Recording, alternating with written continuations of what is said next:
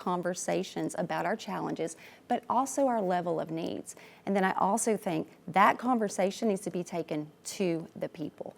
That's where that discussion needs to be had. It has to be taken to the people. And I think it's the right time to get out there, have these conversations, let the public know, here are the facts, really show them what our level of needs are, also show them the revenues that we have to work with, and then let them be a part of the path forward. Ask them the question, what do you want us to do? Where would you like us to go? And that's just a part of who I have been throughout the last 15 years of public service, is getting out there, informing, educating the public, and then making them a part of the decision. You bring up the word people a Yes, lot when you talk about this effort. Why do you think people should vote for you over the other candidates in this race? Right. What do you bring that's different to the table? Well, I value people. I value people very deeply. That's why I got into public service. I love caring for others. I love helping others advance their initiatives. But, for me, I think it's important for people to realize that I stand out for numerous and several reasons. First, I have advocated on behalf of communities as both a citizen and an elected official. That gives me a very unique perspective and a deep understanding of how the decisions at the local level, your local government, impacts our families and communities. Next, I'm both a leader and a manager, and I know when to be which. That is critical for the county executive to understand and to lead in that manner. I'm also a community-minded leader.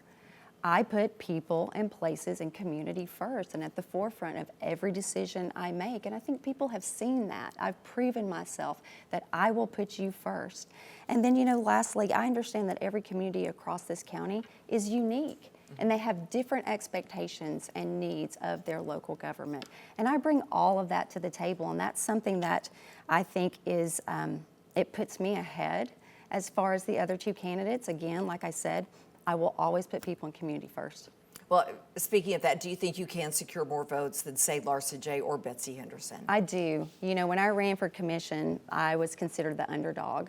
And people didn't realize that I had been out across the county in our communities already doing a lot of the work. As I said, really helping people advocate and bring attention to the needs and the vision of their communities within the local government structure. And so by doing that, I have people power. I have people, and when you have that, when you have people who are so inspired and see that you can make a difference and they get behind you, that's hard to beat. It's really hard to beat. And so I do, I'm doing this for the people. This isn't something that, I don't know that anybody wakes up in the morning and says, I want to run for political office and then, hey, I want to take it a step further and I want to lead a county. But looking at your resume, it looks like you have sort of taken the steps that got you to this point. I have. I tell people, every experience that I've had leading up to this point has prepared me. I've been a proven business professional. I've been an effective community advocate, and I've been an engaged and truly impactful commissioner. And all of those things have prepared me to lead the county through our challenges and also to embrace our opportunities. What's been the biggest challenge for you? Oh, wow. Well, really it's been infrastructure and growth, and how do we manage that and how do we proactively plan for that? And again, that's something that I started as a citizen because I saw how the local decisions were impacting me, my family, my community in big ways and small ways and in ways I didn't even realize, and I wasn't paying attention. And so when I came into office, I had a plan. I had kind of a to-do list. I tell people, I saw this as a true job and an employment contract with the people of Knox County. And I knew going into it, I wanted to proactively plan for growth because infrastructure, it touches every aspect of our life. Is that the most important priority to you? It is the most important priority to me. People say, oh, it's not flashy. It's not. But we need to get back to our basics. We need to take care of what we have. How are you doing on fundraising? Oh, I'm fine. People don't realize that I ran a countywide campaign for less than $60,000. I hope people see that and they see that I am a good steward of not only your campaign dollars, but I'll be a great steward and one with care with your tax dollars. And so I have enough money right now to run an effective and successful countywide campaign. I do hope that people invest in me. I'm investing in the county. I'm putting my own skin in the game, and I hope that that shows them that I am dedicated and I'm invested in this work and in this people and in the future of Knox County. What about, we talked about taxes, what about tax cuts? You know, Larson J. proposed that wheel tax cut. What do you think about that? I don't think that we are in a position that we could make any cuts at this point. Like I said, you know, I want to get in there. We've got some things in motion that this administration and this county commission have put into motion. One of those moving from a 4-year to a 2-year appraisal cycle. We need to see how that plays out over the next couple of years. Also, you know, with the Comprehensive Land Use Transportation Plan, hopefully that's going to enable us to proactively address coordinated infrastructure with new growth. We need to see if that is effective. And then there's some progress at the state level with returning some of our real estate transfer fees and also our sales tax, the processing fees back to local government. So there's some things in play. We've got some time that we can kind of see how that plays out. What I hope to do is get in and do some internal and external assessments, look at our policies, our processes, our partnerships, and see, are we providing the highest level of service efficiently? That's very important to me, efficiently. And then, you know, really get out into the communities and, like I said, share with them. This is our level of need. These are our revenues. We want you to be a part of the path forward. And so all of this can go on. First 2-3 years of the administration, by the 3rd and 4th year, we're going to have a better understanding and idea of where we are positioned as a county. And hopefully with the public input, we'll have a path forward. Can you believe we're almost out of time?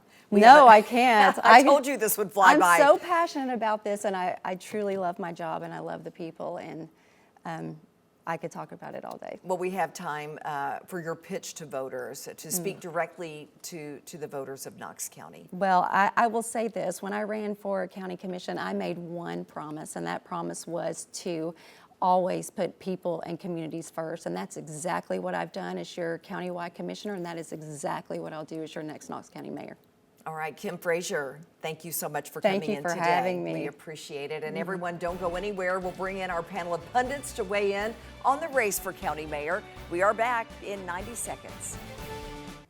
And welcome back to Tennessee this week. A moment ago, we heard from Knox County Commissioner Kim Frazier, who is running for Knox County Mayor. Now I want to bring in our panel of pundits to weigh in on what she had to say, as well as the county mayor's race as a whole. So joining us today, Courtney Piper, Craig Griffith, and Michael Covington. Always good to see you. Glad to be here. Thanks for being here. So what are your initial thoughts on what Kim had to say? We'll start with you. Well, Overall. I think she brings a different dimension to the county mayor's race. One who's very experienced in neighborhood issues and has been working on neighborhood issues for her entire public service career. But listening to what she said earlier, I think that she needs to consider the fact that she's adjusting from a commission role to a leadership role, an chief executive role, and needs to be more definitive in what she would like to see occur under her watch as county mayor. It's good to go out and get the temperature of the people, but that's actually what a campaign is for. You need to learn from what people want during the campaign, because you'd be amazed at how quickly time goes by when you're in office after you've been elected. You know, you think, well, we got 4 years, that's plenty of time. You turn around 3.5 years later, you know, you're either going out of office or running for re-election, and it's hard to get anything done there. So I think she needs to become more specific in what she would like to do, what direction she'd like to lead the county in if elected. But there's time. This is the beginning, not the end, and it's not a sprint. It's more of a marathon. So I look forward in the future hearing more specifics on what you'd like to accomplish as county mayor. And she did talk about infrastructure being a priority and the fact that we can't lower taxes or have a tax cut at this point. What did you think? The Republican primary is getting spicy, and I love it. There are 3 Republican candidates in this primary that are very, very strong candidates. Usually when you have this many people in a Republican primary, any sort of primary, you can usually pick out a dud or 2 amongst them.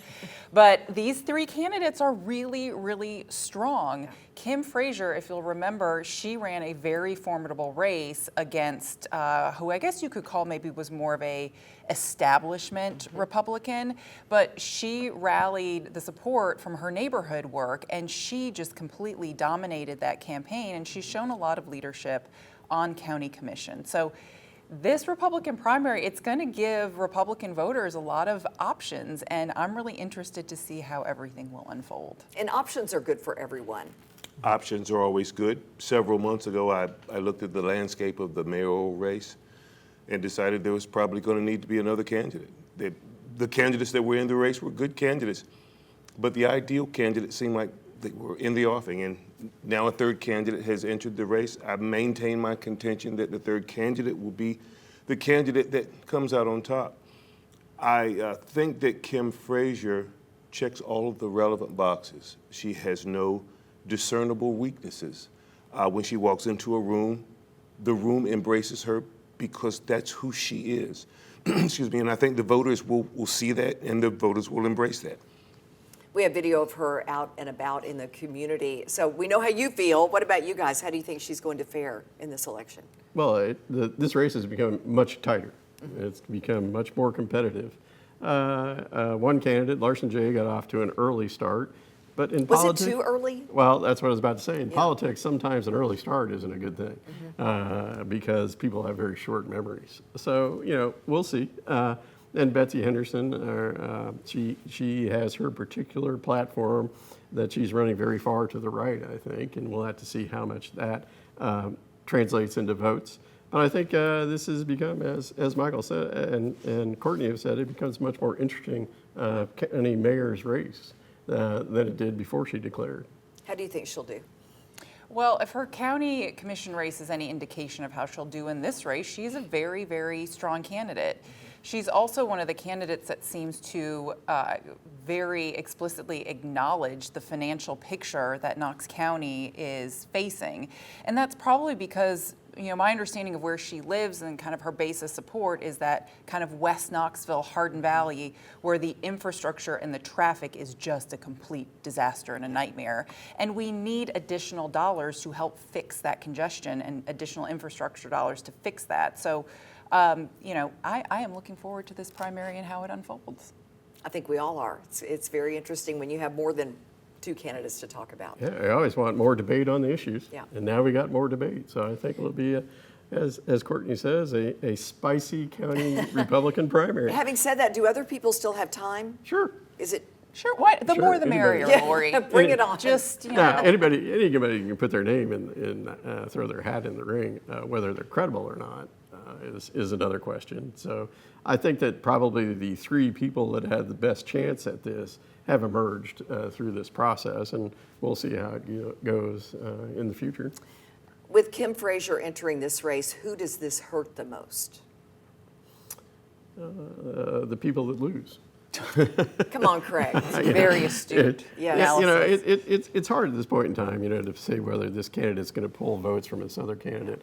It's all about them getting out to the voters, getting out and establishing relationships with the different voters in the county, and that's where she'll pull votes from. Those people that she gets, the person that works the hardest. And in Kim Frazier's previous election, she's worked very hard. So it's going to be difficult to see where she won't do the shoe leather campaigning that people need to do at the grassroots level and to see who she pulls those votes from. And depending on which district. Right. Mm-hmm. So. What about you all? Excuse me, Commissioner Jay started far too early, in my estimation. School board member Henderson has a challenge in her district with Commissioner Terry Hill, as far as I can see. I do not see that rift being mended, and I don't see Representative Henderson faring very well if she doesn't have the support of one of the main political operatives within her own district. So with those two shortcomings of the existing candidates or the pre-existing candidates, I think that Kim hurts them both getting in the race at this point, because Kim very likely did not get in the race without there being a tremendous amount of support for her getting in the race at this point. That being the case, she should just run her race and allow the other two candidates to run their races, and we'll know what the outcome is on election day, as Craig put it.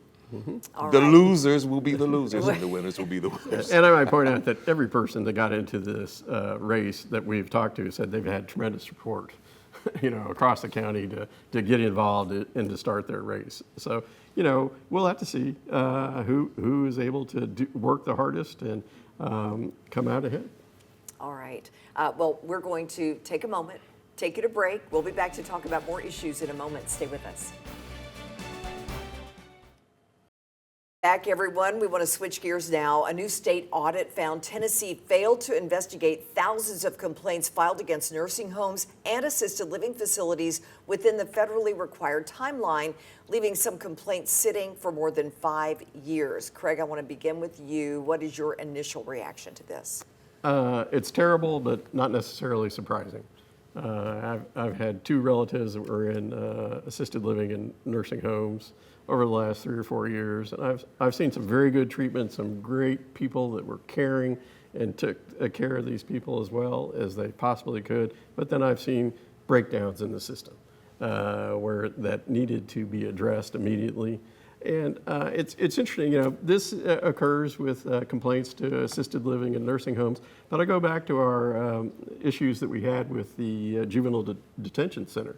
There were complaints that went to the state, and the state never took any action on them. And then we got to that point where people had to be fired or let go or retire. So I think this is part of a systematic problem at the state level. Either they don't place much emphasis on addressing these issues by devoting enough money to these regulatory agencies to investigate these complaints that we have, or it's just a blind side to a very difficult problem for people who are at one of the most terrible points in their lives. Having to put a relative into a facility like this, you want to know that there's some sort of regulation and oversight. And when you find out there's not, that makes the issue even worse. And if you're not there on a regular basis, you don't know. Absolutely. No telling what goes on. They have to have advocates. Right. What do you think, Courtney? I was horrified. I was horrified when I saw WAT's coverage and the State Department that oversees these complaints pointed the finger at a rule change that allowed people to submit complaints. And they said, well, that was the problem. It increased the number of complaints. The emphasis is on the wrong syllable. The problem is not the complaint. The problem is the condition that prompted the complaint.